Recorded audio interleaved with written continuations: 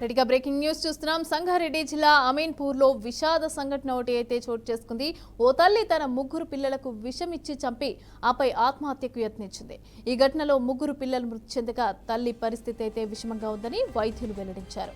అమీన్పూర్ పరిధిలో నివాసం ఉంటున్న రజిత అనే మహిళ తన భర్త, ముగ్గురు పిల్లల సాయి కృష్ణ, అదేవిధంగా మధుప్రియ, గౌతమ్లతో కలిసి నివాసం ఉంటుంది.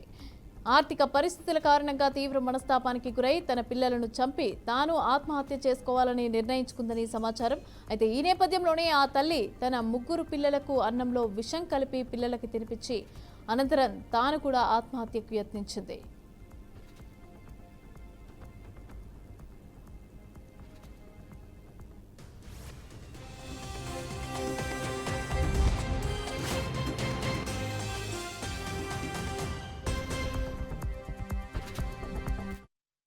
రెడ్డిగా సంగారెడ్డి జిల్లా అమీన్పూర్లో విషాద సంఘటన చోటు చేసుకుంది. ఓ తల్లి తన ముగ్గురు పిల్లలకు విషమిచ్చి చంపి ఆపై ఆమె కూడా ఆత్మహత్యకు యత్నించింది. అయితే ఈ ముగ్గురు పిల్లలు కూడా మృతి చెందినట్టుగా తెలుస్తోంది.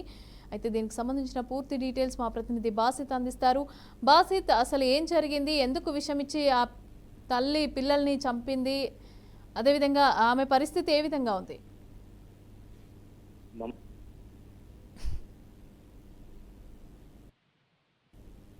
బాసిత్,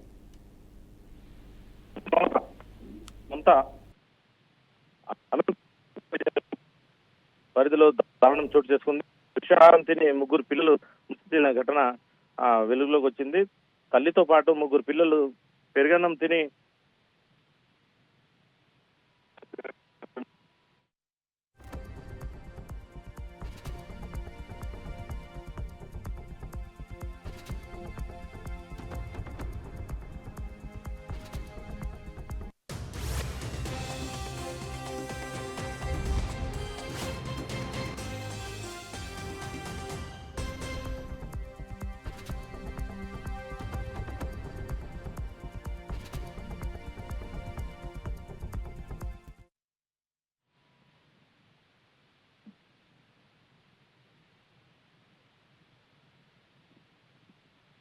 అమీన్పూర్ పోలీస్ స్టేషన్ పరిధిలో దారుణం చోటు చేసుకుంది. విషాహారం తిని ముగ్గురు పిల్లలు మృతి చెందిన ఘటన వెలుగులోకి వచ్చింది. తల్లితో పాటు ముగ్గురు పిల్లలు రాత్రి పెరుగన్నం తిని వాళ్ళు అస్వస్థ గురై అక్కడ ముగ్గురు పిల్లలు అక్కడక్కడ మరణించడం జరిగింది. తల్లి ప్రస్తుతం అయితే ఆసుపత్రిలో చికిత్స పొందుతుంది.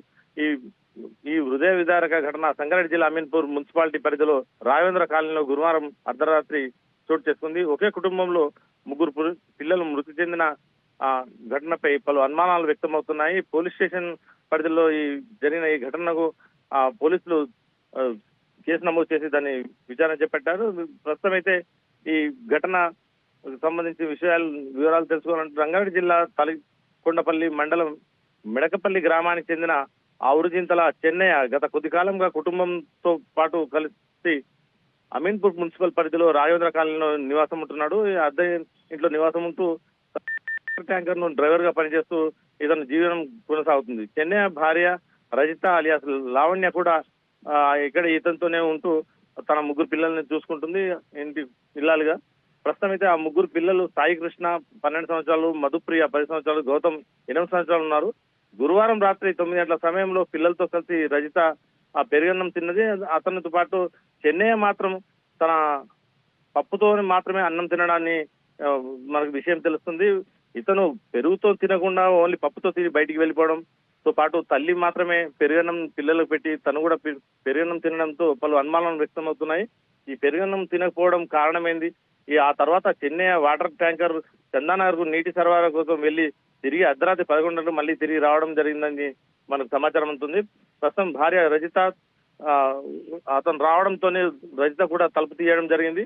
తలుపు తీసిన కొద్దిసేపటికి పిల్లలు నిద్రపోతున్నారని చెప్పడం, ఆ తర్వాత భార్య తన కడుపు నొప్పి వస్తుందని చెప్పడంతో తీవ్రమైన కడుపు నొప్పితో ఆమె బాగా అరవడం జరిగింది. ఈ అరవడంతోనే చెన్నై పక్కింటి వాళ్ళ సహాయంతో తన భార్యను బీరంగూడలోని పనిషి ఆసుపత్రికి తరలించడం జరిగింది. ప్రస్తుతం అయితే ఆమె ఆరోగ్య పరిస్థితి బాగానే ఉంది. ఇంట్లో నిద్రిస్తున్న పిల్లలు ముగ్గురు పిల్లలు కూడా మృతి చెందినట్టు పోలీసులు తెలుపుతున్నారు. పిల్లల మృతిపై పలు అనుమానాలు వ్యక్తమవుతున్నాయి. వాస్తవానికి చూస్తే ఈ చెన్నై పప్పన్నం ఎందుకు తిన్నాడు, లేకపోతే చెన్నై ఈ ఘాతకానికి పాల్పడ్డా, భార్య పిల్లలకు ఇచ్చిన పెరుగులో ఏమైనా కలిపి వెళ్ళిపోయాడా, లేకపోతే భార్యనే ఈ భార్యాభర్తల మధ్య ఉన్న విరోధాలు దీనికి కారణమా అని చెప్పి పోలీసులు సమాజ శైలిలో విచారణ చేపట్టారు. ప్రస్తుతం అయితే చెన్నై పోలీసుల అదుపులో ఉన్నట్టు సమాచారం ఉంటుంది. ప్రస్తుతం ఆ ఘటనా స్థలానికి చేరుకున్న క్రూస్ టీం కూడా ఈ ఘటనపై తీవ్రంగా పరిశీలించడం జరుగుతుంది. ఈ విషయం అంతా మొత్తం వాస్తవాలు బయటకు రావాలంటే పోలీసులు సమాధాన శైలిలో ఈ చెన్నై ఈ ముగ్గురు పిల్లల చావు కారణమా లేకపోతే తల్లి చావు కారణమా అనే ఉద్దేశంలో పోలీసులు కేసు నమోదు చేసి విచారణ చేపడుతున్నారు. మమత. ఆంధ్రప్రదేశ్ ముఖ్యమంత్రి చంద్రబాబు ఈరోజు చెన్నై వెళ్లనున్నారు. అడయార్లోని మద్రాస్ ఐఐటిలో ఉదయం 11 గంటలకు జరగనున్న all India research scholars summit 2025లో పాల్గొని ప్రసంగించే అవకాశం ఉంది. అయితే ఇదిలా ఉండగా 4వ సీఎం అయ్యాక తొలిసారి చెన్నై వస్తున్న చంద్రబాబుకు ఘనంగా స్వాగతం పలికేందుకు పార్టీ శ్రేణులు అభిమానులంతా తరలి రావాలని చెన్నై తెలుగుదేశం పార్టీ అధ్యక్షులు చంద్రశేఖర్ విజ్ఞప్తి చేశారు. తిరిగి మధ్యాహ్నం 2:30 చంద్రబాబు మద్రాస్ ఐఐటి నుంచి విమానాశ్రయానికి చేరుకుని అక్కడి నుంచి విజయవాడ బయలుదేరి రానున్నారు. ఇదే అంశానికి సంబంధించి పూర్తి అప్డేట్స్ మా ప్రతినిధి వాసుబాబు అందిస్తారు. వాసు. రైట్ మమత. ఆంధ్రప్రదేశ్ ముఖ్యమంత్రి టీడీపీ అధినేత నారా చంద్రబాబు నాయుడు ఈ రోజు చెన్నై అయితే వెళ్లనున్నారు. అడయార్లోని మద్రాస్ ఐఐటిలో ఉదయం 11 గంటలకు జరగనున్న all India research scholarship summit లో పాల్గొని అక్కడ ప్రసంగించనున్నారు. హాజరవడానికి విజయవాడ నుంచి ప్రత్యేక విమానంలో ఉదయం 10:30 గంటలకు సీఎం చంద్రబాబు నాయుడు బయలుదేరనున్నారు. చెన్నైకి చేరుకున్న అనంతరం చంద్రబాబు నాయుడుకు ఘన స్వాగతం పలికేందుకు టీడీపీ అభిమానులు కార్యకర్తలు పెద్ద ఎత్తున ఏర్పాట్లు అయితే చేశారు. ఈ నేపథ్యంలోనే మీనంబాకంలోని పాత విమానాశ్రయం VIP 6వ నెంబర్ గేటు వద్ద సీఎం చంద్రబాబు నాయుడుకు ఘన స్వాగతం పలికేందుకు టీడీపీ నాయకులు ఇప్పటికే ఏర్పాట్లు అయితే చేశారు. అయితే గతంలో ఆంధ్రప్రదేశ్ ప్రభుత్వం అమరావతిలో గ్రాడ్యుయేట్, అండర్ గ్రాడ్యుయేట్ లాంటి అంశాలపై విద్యార్థులకు శిక్షణ ఇవ్వడానికి మద్రాస్ ఐఐటితో ఒప్పందాలు కుదుర్చుకుంది. దేశంలోనే అత్యంత ఉత్తమమైన విద్యా సంస్థల్లో పేరుగాంచిన మద్రాస్ ఐఐటిలో చంద్రబాబు నాయుడు ప్రసంగించడంపై అంతటా ఆసక్తి అయితే నెలకొంది. అటు ముఖ్యమంత్రి అయిన తర్వాత తొలిసారిగా చెన్నైకి చంద్రబాబు నాయుడు వెళ్తున్న నేపథ్యంలోనే చెన్నై టీడీపీ అధ్యక్షులు చంద్రశేఖర్ భారీగా ఇప్పటికే ఏర్పాట్లు చేశారు. కాంక్లేవ్ లో ప్రసంగం ముగిసిన అనంతరం మధ్యాహ్నం 2:30 గంటలకు తిరిగి చంద్రబాబు నాయుడు విజయవాడ చేరుకున్నట్లుగా తెలుస్తుంది. Mamata. Right, thank you Vasu.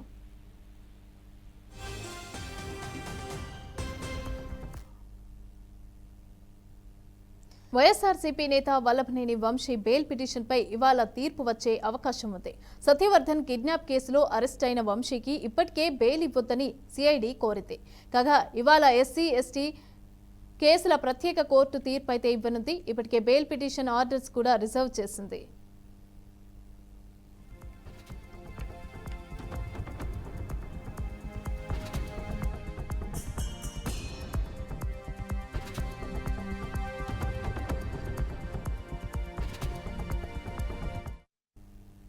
YSRCP నేత వల్లభనేని వంశీ బెయిల్ పిటిషన్ పైన ఇవాళ తీర్పు వచ్చే అవకాశం అయితే ఉంది. సత్యవర్ధన్ కిడ్నాప్ కేసులో అరెస్ట్ అయిన వంశీకి ఇప్పటికే బెయిల్ ఇవ్వొద్దని సిఐడి కోరింది.